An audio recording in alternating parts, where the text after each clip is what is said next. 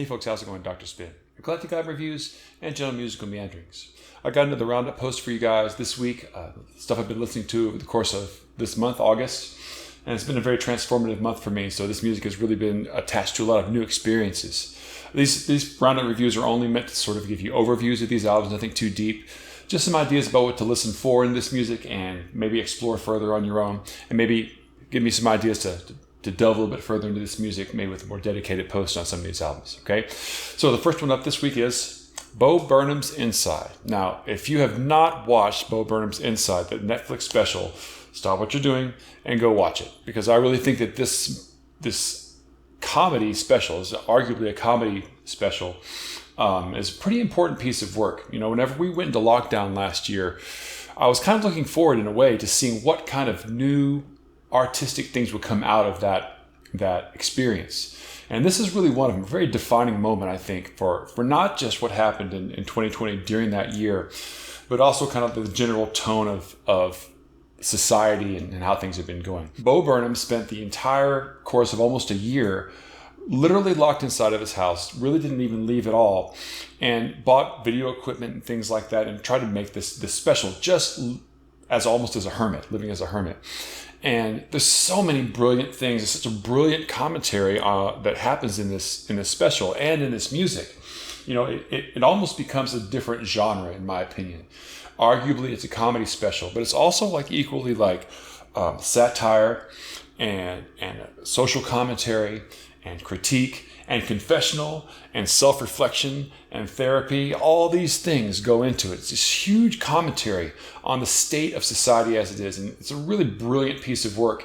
And Bo Burnham's incisive intelligence and his musical talent, I think, really carry this movie and this special as well. Welcome to the internet. Come and take a seat. Would you like to see the news or any famous women's feet? There's no need to panic. This isn't a test. Just nod or shake your head and we'll do the rest.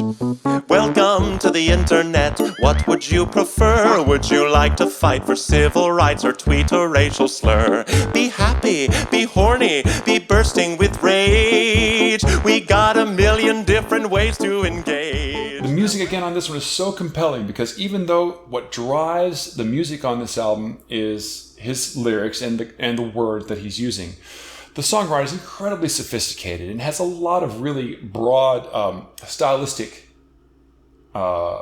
considerations. You know, he does some kind of techno stuff, almost like retro 80s things. He plays a little bit with kind of soul, almost like making fun of soul and R&B music. So stylistically, it's all over the place, and very kind of jagged too. There's the movie is kind of defined by lots of very quick edits. And because this is a soundtrack from that movie, these aren't re-recorded songs. They are directly from the movie. There's lots of instances where this editing that he does in the movie kind of causes songs to just stop. So that's a little jarring. You have to get your mind wrapped around that. But I really think that this is an important piece of work, whether you can accept it as a comedy album or a musical album or some combination thereof. I think it's really, really great. And especially from the perspective of its sort of Broadway show quality from time to time and its jarring editing, I kind of got this weird idea, this big what if. What would happen if Bo Burnham took these songs on the road like a tour, but had the Zappa band as his backing band? Now, I'm not saying that Bo Burnham is Frank Zappa, certainly not musically, he's nowhere in that ballpark, but certainly the way that he approaches the satire and the things that he talks about would be the things that Frank Zappa would be commenting on if he were still around today. And because of its sort of quirky nature and its quick stylistic changes, it'd be very interesting to hear a group trained in that style of music and that kind of musical satire as well back him up in a live setting. So if anybody wants to start a petition to that end, I would sign it in a heartbeat for sure. Okay, next up is Mononeon's Supermane. Mononeon records on his own and puts things out at an amazing rate. You know, he's an amazing bassist and a super talented musician, one of the last guys to work with Prince before he passed on. And so he's got a lot of chops and a lot of musical sense and actually really deep ideas about music that's also kind of covered over with the very humorous off-color persona. And sometimes that means that he can make an album and just kind of do whatever on it. And it still kind of stays within his self-encapsulated philosophy on making music.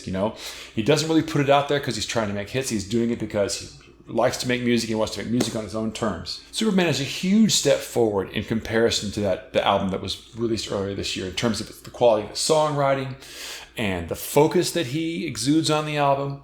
It really is, and even just the way that the album cover looks. Mononeon's many of his other album covers has just been kind of a picture of him doing something weird, and it's very kind of DIY, and that's been part of its aesthetic. But there's something, it seems like this album, he's trying to push it a little bit, trying to be a little bit more focused. Don't you wish you were invisible? Still be here, but hidden to the world. You can be whoever you want, and no one's gonna judge you, and you ain't got nothing to prove. Don't you wish you were invisible?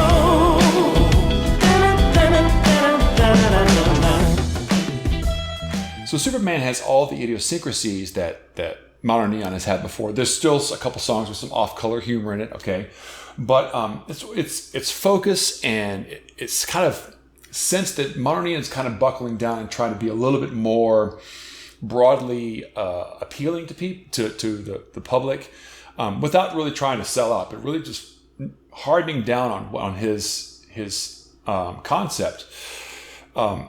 Really, I think makes this album shine through. It's one of the best things I've heard from him. Now, I don't have a really, super wide knowledge of his very, very large discography. But of the things that I've heard of Mononeon, this one has the kind of polish. I think that if you don't know anything about Mononeon, if you don't know anything about his work, this would be the one for sure, I think, to get in on the ground floor. Okay, next up is Tally Hall, Marvin's Marvelous Mechanical Museum. This is a 2005 album. And I don't know why I've never heard of these guys before, because this is a really super brilliant album that at its core is kind of an indie power pop album. This is kind of. But it's very, very eclectic. Stylistically very, very eclectic. It's so difficult actually to just find a song that encapsulates what Tally Hall is about on this album, just as an example. Because the songs are super quirky, they change styles a lot, but man, there's some really fascinating lyrics on this, some very fascinating melodies, great harmonies, and obviously top-notch musicianship from all the guys involved with the band. Come here and sit down, I'm so glad you even really truly came. We can even go and take a walk or something like that, or something like that. But first I need to introduce my what and introduce my when.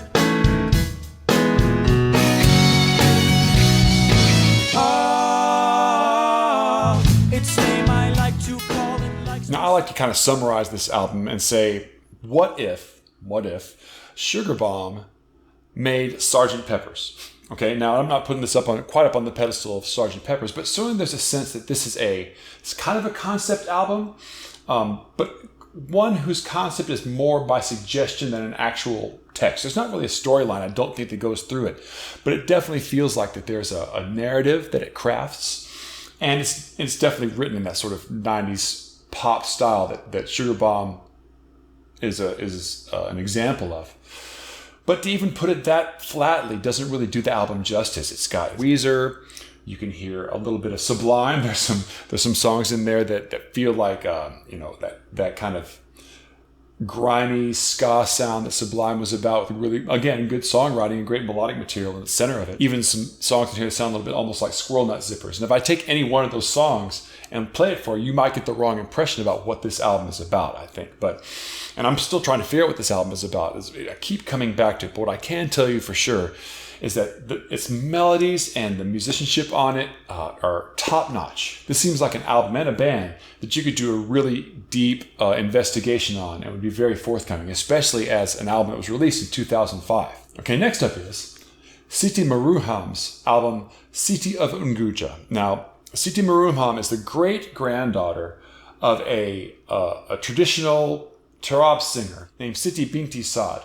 And This singer, Siti Binti Sa, was a very important, very clearly a style that is at its core Persian, but has a broad personality in Turab singing. Siti Binti Sa was the first to start integrating more local lyrics into it. She was a very important political figure and did a lot actually for women in the style. It kind of helped staked a claim around a female voice in this more traditional style. Now, Siti Muharam, as her great-granddaughter, is trying very hard to keep this tradition alive by this album. But also, what I've really enjoyed the most about this album is not only is it very traditional in its core, and has a lot of very traditional sounds, a lot of very unique ethnic instruments on it, but it also has this undercurrent of contemporary production.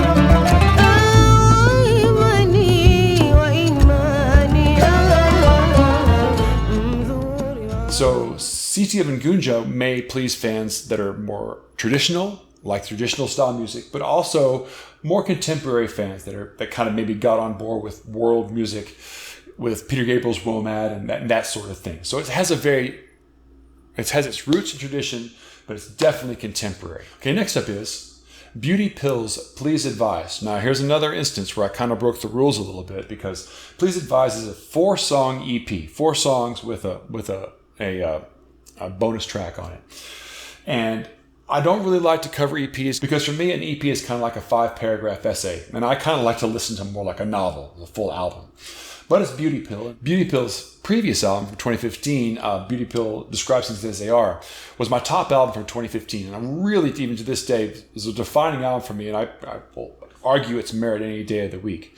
So I finally conceded and got Please Advise. And I have to say, I do like Please Advise. There's a lot of things about it. The EP format kind of bothers me. They had released a single shortly after this called Instant Night, and I just kind of plopped that in there. So for me, it's kind of a 5-song EP with that song added. And what's great about Beauty Pill on both their previous album and on Please Advise is they're all about layering. There's lots of layers and lots of sense of collaging.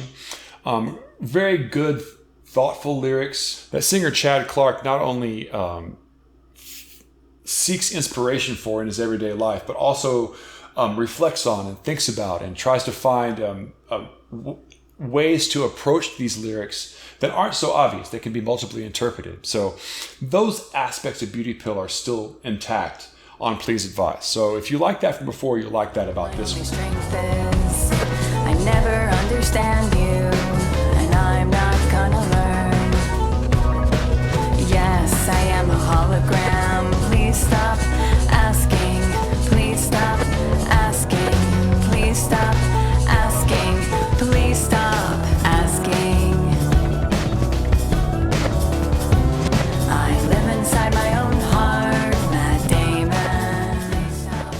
The vocal delivery of the new female singer for the group, Erin Nelson, who's standing in for Gene Cook from the previous album. She has a couple features on this. Beauty Pill has this balance between male and female singing. They've always had like songs sung by the female singer and songs sung by the male singer. And I think that her singing is fine on this album. It just feels a little bit flat, and it may have even been purposeful that she does that. But it doesn't quite have that kind of same emotiveness that I felt from the previous album. So if that's purposeful, then they were successful in that regard. But I have a lot of respect for the songwriting, have a lot of respect for the compositional skills of the band as a whole, and the way that they constructed the album. And finally, AFX Twins Selected Ambient Works Volume 2.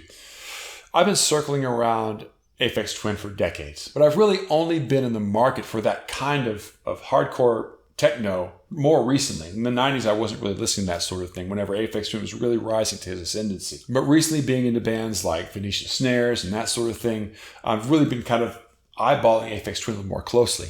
And with my added interest in Brian Eno and more ambient styles of music in the last few years, it seemed like a good time to crack this open, especially since my discussions with Brendan Eder in a previous post revealed that there may be more going on with Aphex Twins music than I maybe have previously thought. The music on Ambient Works Volume 2, as described by Richard David James, who is Aphex Twin, was inspired by lucid dreams and was really trying to create more atmospheres, trying to show that techno music had a use beyond just kind of, mindless rave dance music, which was at the time in the mid-90s when this was released was a pretty innovative idea. But what's interesting about this particular set of recordings is a 2-disc set, and there's a really interesting variety of interpretations of what ambient music is on this album.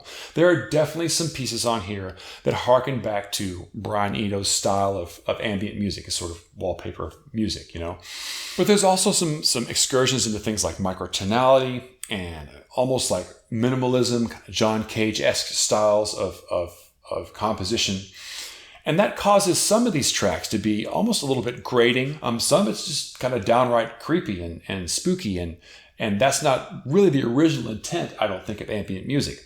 But it also is a possibility of ambient music. Now, because this album does have several tracks on it that are a little bit unsettling, sometimes it can be a difficult listen. You have these parts in here where it's very beautiful, like the song 20 that was covered by Brendan Eder. It's a very dreamy and beautiful piece of music.